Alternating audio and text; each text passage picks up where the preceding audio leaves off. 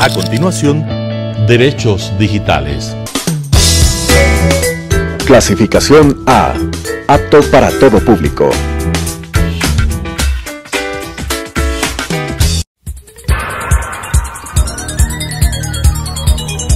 Las opiniones vertidas en este espacio por la producción y dirección del programa son de exclusiva responsabilidad de sus autores y de quienes intervienen en ellos.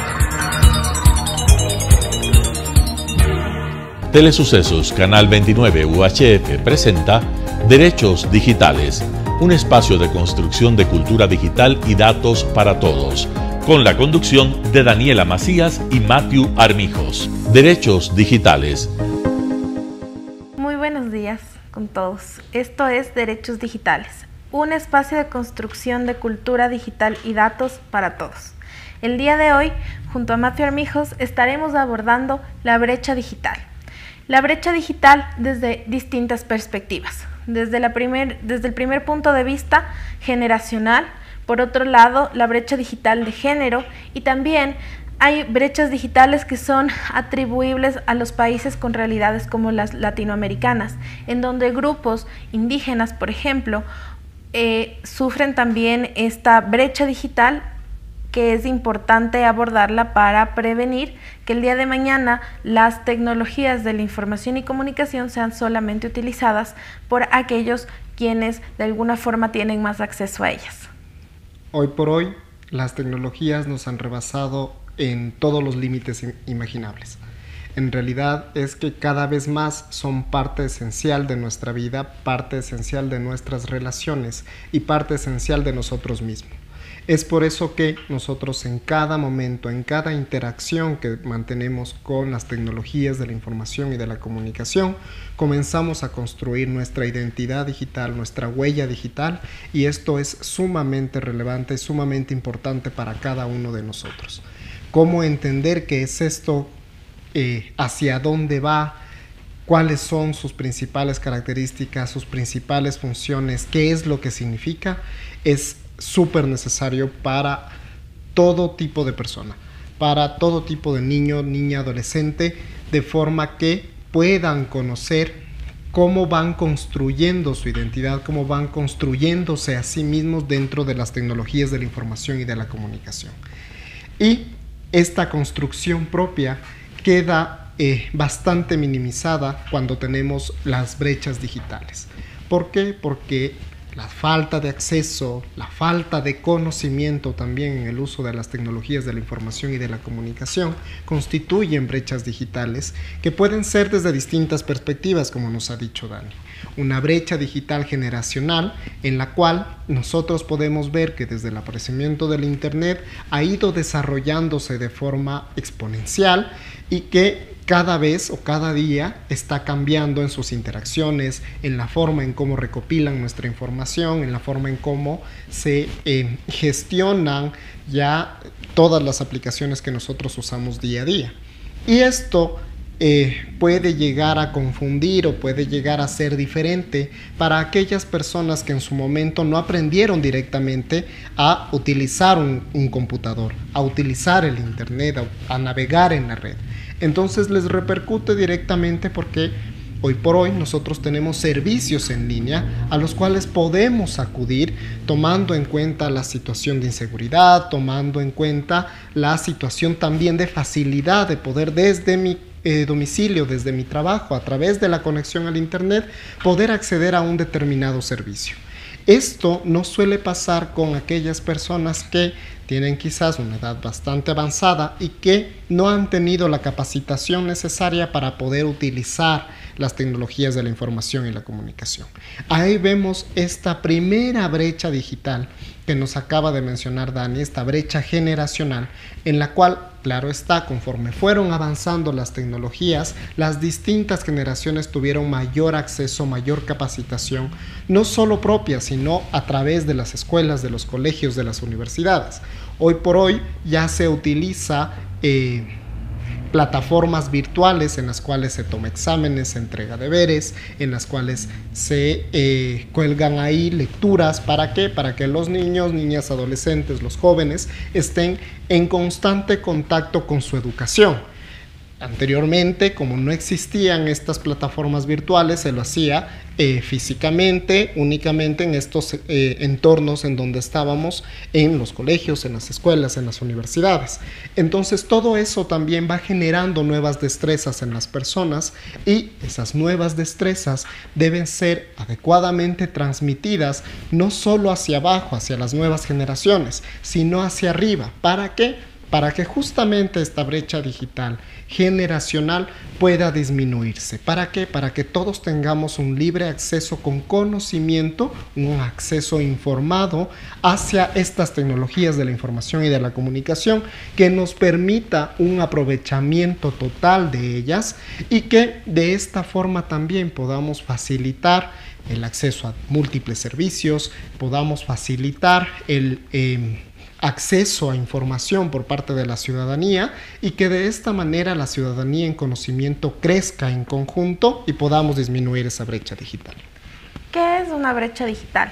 Una brecha digital justamente consiste en este espacio en el que de alguna forma se genera un vacío frente al uso de la tecnología. Como veíamos o como estábamos mencionando previamente, las brechas se pueden dar por distintos factores. El primero y el más, creo yo, el más palpable para la realidad latinoamericana siempre va a ser el acceso. ¿Por qué? Porque claro, aquellas personas que viven de alguna forma en lugares donde es más fácil llegar a tener conexión, siempre va a ser más sencillo tener acceso a la tecnología, tener acceso al internet, tener acceso a los servicios y los diferentes ecosistemas que se generan en este nuevo entorno. ¿Qué pasa con aquellas personas que de alguna forma están lejos o no se ubican de alguna forma cerca de, por ejemplo, las capitales de una provincia o de lugares donde hay mayor concurrencia de personas? Tienen una limitación al acceso y por lo tanto empezamos a ver que la brecha acrecenta este espacio vacío en donde la gente deja de percibir natural el uso de la tecnología y conocer su usabilidad, sus ventajas, sus desventajas, etcétera, pues se empieza a acrecentar y empezamos a ver que se genera una brecha. Desde el acceso vemos también que a nivel de género tenemos a los nativos digitales, que son niñas, niños y adolescentes que ya han nacido con justamente están rodeados de toda esta tecnología que de alguna forma para ellos es natural su uso, y en consecuencia cuando tenemos a personas adultas mayores, el uso de un smartphone, el uso de, por ejemplo, los AirPods resulta un poco extraño porque de alguna forma no han crecido toda su vida con esto que para nosotros quizás es un poco más fácil o más natural su gestión. De ahí también tenemos las brechas de género, que son bastante importantes. La tecnología muchas veces está diseñada y está generada para crear servicios y productos que son de más fácil acceso y mucho más útiles para personas de género masculino que de género femenino, y de hecho en contra o buscando una mayor integración de las mujeres a uso de la tecnología, se han creado tecnologías y servicios y productos digitales de mujeres para mujeres, orientados también a la protección de mujeres en este nuevo entorno. ¿Por qué? Porque vemos una creciente violencia de género en el entorno digital, como ejemplo con acciones como el sexting, el grooming, que también pone en peligro muchísimo a niños y adolescentes, la pornovenganza, entre otros aspectos. Y también tenemos algo bastante importante y bastante destacado, que es los grupos indígenas. En un país tan diverso vemos que la tecnología, por ejemplo, no se adecua a esquemas de idiomas, por ejemplo el quichua, en nuestro caso shuar, entre otros, que permitirían que las personas puedan utilizar de mejor manera las tecnologías. Los manuales vienen en español, inglés, en mandarín, pero no vemos que los manuales estén diseñando de alguna forma en lenguas nativas de los distintos países de Latinoamérica, lo cual genera que en esta materia también tengamos una brecha bastante acrecentada. Entonces, es necesario empezar a pensar cómo podemos ir reduciendo estas brechas, porque también vemos que en la parte de discapacidad visual, por ejemplo, hay aplicativos, hay configuraciones que le permiten a la persona tener más acceso y mayor usabilidad sobre las tecnologías, sobre los dispositivos. Tal vez para aquellas personas que tienen otro tipo de discapacidades, la tecnología todavía no es tan accesible, pero también vemos una brecha en materia de discapacidades frente al uso de la tecnología. Y hablando de brechas, sería importante empezar a ver cuáles son las soluciones para poder atender estas brechas que se generan en materia digital. Siempre es necesario abordar este tema desde su diseño y por defecto con aspectos de inclusión. No podemos pensar que las usabilidades que tenemos nosotros de alguna forma van a ser las mismas que tienen en las necesidades diversas de la población que se genera en los distintos países de Latinoamérica y del mundo en realidad, porque esto no solo nos pasa a nosotros, nos pasa a nivel mundial. Entonces, es importante exigir también a los proveedores de servicio, a los diseñadores de herramientas, a los diseñadores de productos, a los diseñadores de software, que empiecen a ver esto con una perspectiva de integración, de igualdad, de equidad, que le permita a la gente tener más acceso y gozar de las ventajas de las tecnologías.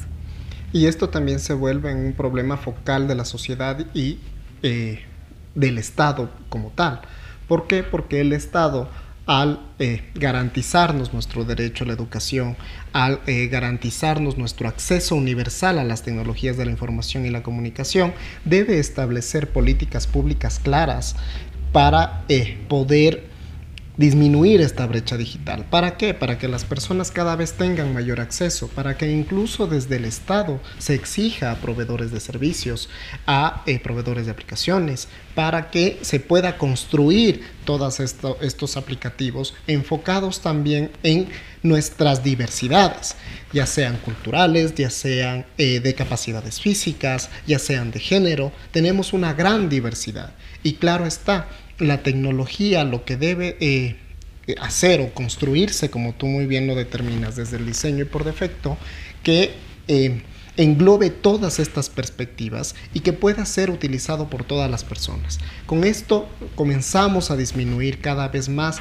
esta brecha de acceso. Para esto, que es importantísimo de parte del Estado, un brazo ejecutor que a través de esta política pública pueda establecer resoluciones, establecer programas, establecer manuales, establecer distintos tipos de acciones enfocadas en ¿qué? En que la ciudadanía pueda tener más acceso a las tecnologías de la información y de la comunicación.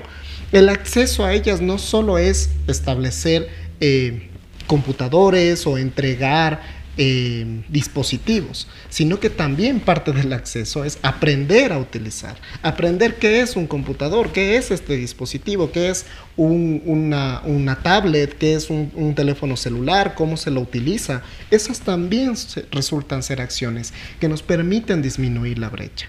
Entonces no solo se requiere de una inversión del Estado en toda la infraestructura que pueda tener para poder entregar tecnología, sino que también yo puedo comenzar a disminuir estas brechas a través del conocimiento, a través de la educación, a través de mallas curriculares diseñadas ¿para qué? Para que los niños, niñas, adolescentes también aprendan un uso adecuado de las tecnologías, un uso responsable de ellas, que aprendan también a identificar cuándo se encuentran frente a peligros en el uso de las tecnologías de la información y de la comunicación, cuándo pueden estar frente quizás a algún delito como el grooming o la pornovenganza, y cómo gestionar todas sus habilidades para poder prevenir o para poder gestionar algún problema de este tipo, y también para apoyar a sus compañeros, para apoyar a los miembros de su núcleo familiar a poder salir de ello, porque muchas de las veces tendrán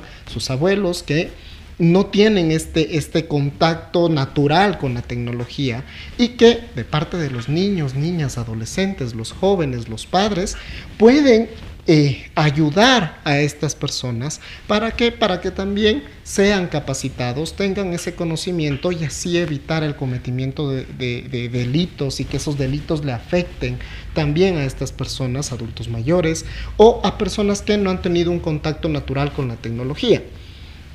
Hoy por hoy, en este entorno en el que estamos entre la presencialidad y la virtualidad, resulta ser mucho más relevante que se capacite en el uso de las tecnologías, que se capacite en un uso adecuado y responsable de las tecnologías, porque no solo es el mero hecho de aprovechar en lo posible el aplicativo al cual tengo acceso, sino también aprovecharlo responsablemente, poder coordinar acciones conjuntas dentro del propio núcleo familiar en el cual se pueda entablar ya temas de tecnología, de uso responsable de tecnología en nuestras conversaciones cotidianas, que ya no solo sea un cómo te fue en el colegio, cómo te fue en el trabajo, sino cómo te fue con el uso de esta tecnología.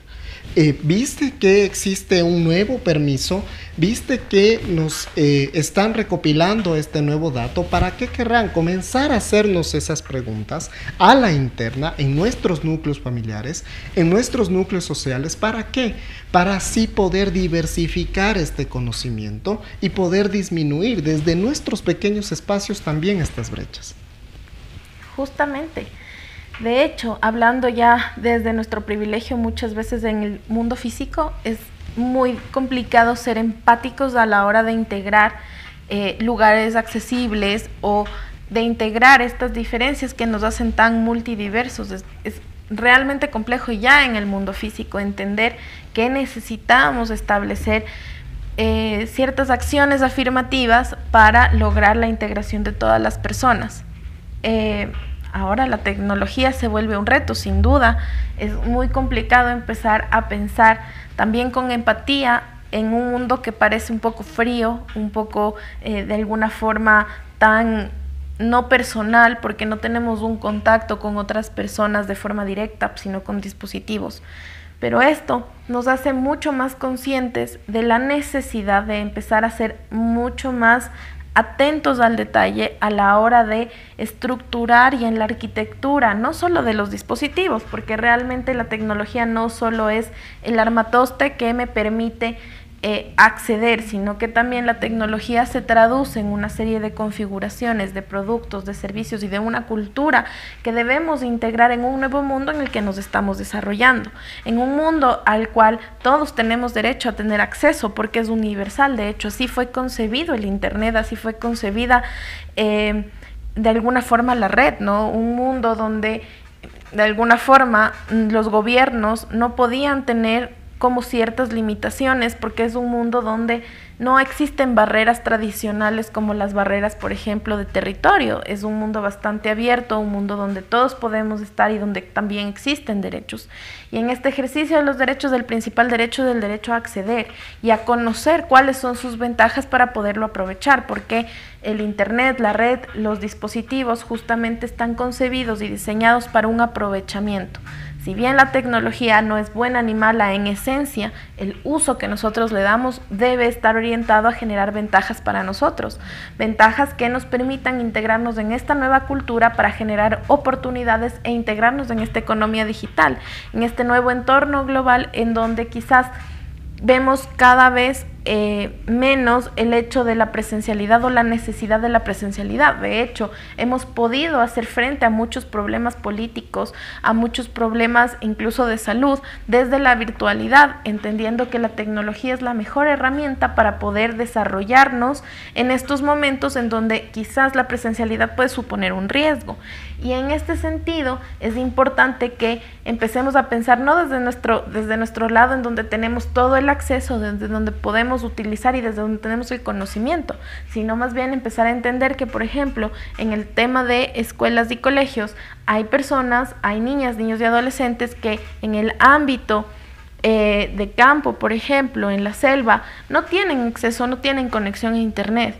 y ha sido muy difícil para ellos hacer su teleeducación de forma adecuada. Teníamos historias bastante tristes en pandemia en donde, por ejemplo, niños tenían que subir montañas para tener señal y poder conectarse a sus clases, y eso es algo que parece imposible, que no debería suceder y que nos está sucediendo. Y que ahora hay personas bastante interesadas en brindarnos conexión a todo el mundo, y por ejemplo tenemos estas iniciativas de Elon Musk que ya no nos prevén un internet wifi, sino un internet satelital que pueda llegar a todo el mundo independientemente de donde estemos, y la verdad esa es una perspectiva integradora, pero el costo de esa tecnología es bastante fuerte, y también tenemos que asumir quién va a asumir de alguna forma el pago de esas tasas o de esos precios tan altos para poder tener acceso, porque el acceso no es solo en la construcción, en el diseño y en el defecto, sino también en el valor que tengo que cancelar para poder acceder a esta tecnología. Vemos que en el Ecuador hemos sido bastante conscientes, las alcaldías, las prefecturas, incluso el gobierno central se ha centrado mucho en brindarnos accesos o espacios de wifi gratuitos. Sin embargo, eso no es suficiente si yo no tengo un adecuado dispositivo. Hemos visto y nos hemos sumado a iniciativas, de hecho, de brindarles tablets o dispositivos a los niños, niñas y adolescentes para poder tener acceso a sus clases virtuales. Sin embargo, eso deja de ser suficiente cuando podemos ser vulnerables ante temas de violencia digital en donde nuestros derechos se vean vulnerados. Entonces cada vez se nos vuelve mucho más compleja esta integración, y es necesario, como tú bien decías, el tema de la política pública. Sin política pública, sin normativa que nos exija integrar esta cultura de acceso, esta cultura de aprender, porque otra de las cosas que yo puedo destacar de tu intervención, Mateo, es que justamente el tema de educación, incluir en mallas curriculares ya no solo la asignatura de computación como lo teníamos en mi tiempo, sino que también ya integrar las funcionalidades de la tecnología en nuestras materias tradicionales como cívica, matemática, entre otros, es bastante importante. ¿Por qué? Porque vemos que cada vez es mucho más sencillo y puede afectar incluso en el generar conocimiento el tema del uso de la inteligencia artificial, por ejemplo, para la generación de un resumen de un libro, porque puede ser de alguna forma no un plagio, sino una generación autónoma de conocimiento, y eso puede implicar ciertos problemas. Y no solo también desde esa perspectiva, sino que también verle el aprovechamiento exponencial que puede tener el uso de estas tecnologías, e inclusive para una economía como la nuestra, en la cual el comercio como tal se puede traspasar a esta vía digital y a través de ella poder ejercer distintos actos o tipos de comercio dentro de la red, que lo que van a fomentar es la generación de dinero, la generación de empleo que tanta falta hace para al menos un entorno latinoamericano en el que está creciendo en sus economías, en las que tiene países en vías de desarrollo, y que es muy importante encontrar esta diversificación de las formas de generación de una buena economía sana y estable. La generación de cultura digital para todos es bastante importante. Cada lunes estaremos con ustedes compartiendo estas temáticas que nos van a ayudar a acrecentar nuestra ciudadanía digital. Muchas gracias. Las opiniones vertidas en este espacio por la producción y dirección del programa son de exclusiva responsabilidad de sus autores y de quienes intervienen en ellos. Telesucesos Canal 29 UHF presentó Derechos Digitales, un espacio de construcción de cultura digital y datos para todos, con la conducción de Daniela Macías y Matthew Armijos. Derechos Digitales,